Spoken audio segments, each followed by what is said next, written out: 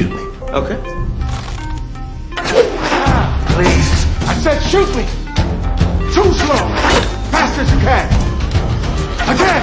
Come on, English.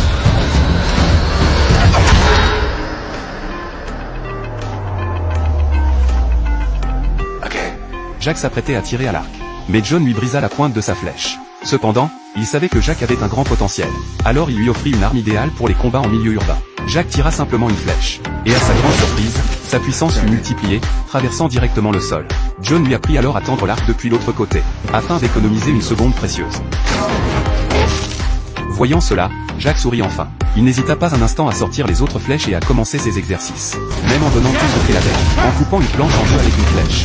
John jugea que ce n'était pas encore assez rapide. Alors, Jack commença à s'entraîner 24 heures sur 24, renforçant ses bras. John lui fit porter des plaques de métal de plusieurs dizaines de kilos pour améliorer sa force. Soudain, John sortit une chaîne en fer de 20 kilos, et ordonna à Jack de continuer son entraînement. Ce jour-là, John lui expliqua qu'il devait imaginer ses bras comme un carquois. Plus il en serrait d'arc, plus il pouvait tirer. Bientôt, les attaques de Jack devinrent de plus en plus rapides et puissantes. Il continua à renforcer ses jambes pour courir plus vite. Sous l'entraînement intensif de John, Jack devint invincible. Face à plusieurs cibles, il réagissait instantanément, tirant 4 flèches d'une main, ses attaques étant d'une rapidité fulgurante. Il décida donc de partir en mission pour la première fois. Ce jour-là, il aperçut des soldats qui maltraitaient des civils. Jack ne put supporter cette scène. En un instant, il tua les 2 soldats, et prit l'argent qu'ils avaient volé. Le lendemain, Jack apprit qu'un marchand avait pris une grande quantité d'armes aux habitants. Jack ne put se contenir davantage. Il défonça la porte, tua les gardes, et éteignit toutes les lumières. Dans la nuit noire, personne ne pouvait voir son visage. Jack emporta alors toutes les pièces d'or. Shall I count to 10 before I raise the alarm? Make it 20.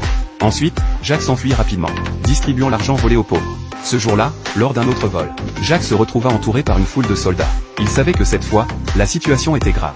Il sortit alors 4 flèches. Seul, il ressemblait à une armée. Aucun homme ne pouvait l'arrêter. Face à des soldats lourdement armés, Jack lança 3 flèches acérées, tuant les ennemis sur place. Mais les soldats étaient trop nombreux. Alors, Jack traversa les lignes de défense, et bondit pour attaquer les soldats des 2 côtés. Soudain, une flèche atteignit sa cuisse. Il faillit être tué par les soldats. Finalement, utilisant sa propre jambe comme arc, il tira une flèche et tua un soldat. Pour s'échapper, Jack souffrit en arrachant la flèche de sa jambe. Mais à peine s'était-il échappé qu'il fut de nouveau encerclé par les soldats, armés de flèches sans fin. Jack courut alors précipitamment, utilisant un couteau pour couper les cordes qui le retenaient. Il grimpa ensuite jusqu'au sommet d'une tour, et sauta du haut du bâtiment. John, voyant la scène, se précipita vers lui.